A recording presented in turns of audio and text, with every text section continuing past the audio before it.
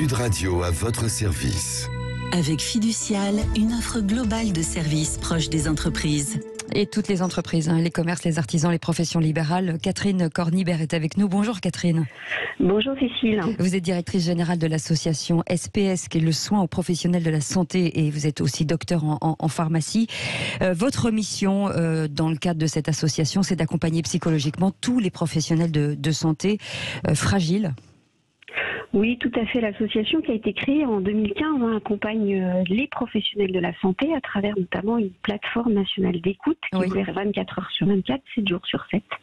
Voilà, et ce sont des psychologues qui répondent au téléphone. Et évidemment, depuis un peu plus de 2 ans maintenant, cette plateforme a explosé puisqu'on est passé de 3 appels par jour à plus de 150 appels sur certains jours, avec en moyenne en ce moment une vingtaine d'appels qui accueillent non seulement les infirmières, les médecins, mais aussi le personnel du médico-social, les directeurs d'établissement.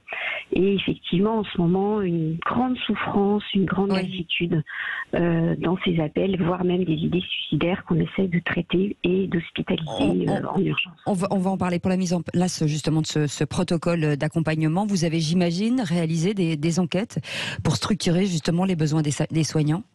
Oui, depuis 2015, on a réalisé une dizaine d'enquêtes déjà pour montrer qu'il y avait de la souffrance chez les soignants. Puisqu'en 2015, on n'en parlait pas, c'était honteux, c'était tabou. Un soignant n'osait pas se déclarer. Ce qui a quand même été bénéfique dans la crise sanitaire, c'est qu'on les a reconnus et qu'ils ont pu s'exprimer et puis demander de l'aide aussi, un certain nombre d'aides psychologiques, mais aussi d'aide de ressources pour améliorer leur santé. Vous avez parlé de suicide il y a quelques instants. Vous lancez justement une campagne de prévention fin août sur ce thème. Il y a encore du déni aujourd'hui sur ce sujet ? Oui, il y a du déni, déjà une méconnaissance du nombre de personnes, de professionnels de la santé qui se suicident, puisque nous, on va sur 3,5 millions de professionnels de la santé. Si on fait même juste une règle de 3 du nombre de suicides en France, c'est 3 professionnels de la santé qui se suicident tous les 2 jours. Donc c'est énorme. Et si on regarde même les chiffres sur notre plateforme, il y a 15% de personnes qui appellent qui sont en idées suicidaires. Et l'enquête que nous avions réalisée en 2018 montrait que 25% des professionnels de la santé avaient déjà eu des idées suicidaires au cours de leur carrière professionnelle. Je rappelle quand même le numéro d'écoute, c'est le 0805 23 23 36, bien entendu. Le monde de la santé, on le sait, est en crise. Aujourd'hui, il y a des annonces qui ont été faites pour les urgences. Est-ce que les annonces d'Emmanuel Macron peuvent répondre justement aux inquiétudes des soignants ? C'est déjà, j'ai envie de dire, une première prise de conscience.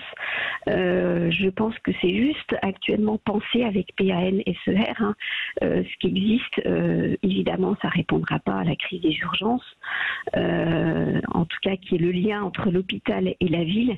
Il faudrait vraiment s'occuper urgemment à la fois de tous les professionnels de la santé au niveau des structures de santé, mais aussi au niveau des libéraux. Ça, c'est très important. Enfin, évidemment, ils ont pensé à la formation, ça c'est évident, mais surtout, je pense qu'il faudrait avant tout fidéliser les professionnels de la santé qui sont déjà formés, puisqu'il y a une fuite, il y a un taux d'absentéisme qui peut aller jusqu'à 20-25% dans certaines structures de santé. Donc avant de former, de recruter, je pense qu'il faudrait penser à fidéliser les personnes pour qu'elles gardent cette culture du soin qu'elles aiment tant et que nous avons besoin pour être nous-mêmes soignés. Et puis retrouver cet esprit de vocation qui est le cas chez tous les personnels soignants. Merci beaucoup Catherine Cornibert d'avoir été avec nous, directrice générale de l'association Soins aux professionnels de santé et docteur en pharmacie. Je rappelle le numéro de téléphone 0805 23 23 36. Et merci pour cet engagement. Restez avec nous, c'est le Grand Matin Sud Radio, ensemble jusqu'à 10h. Sud Radio à votre service. Avec Fiducial, une offre globale de services proches des entreprises.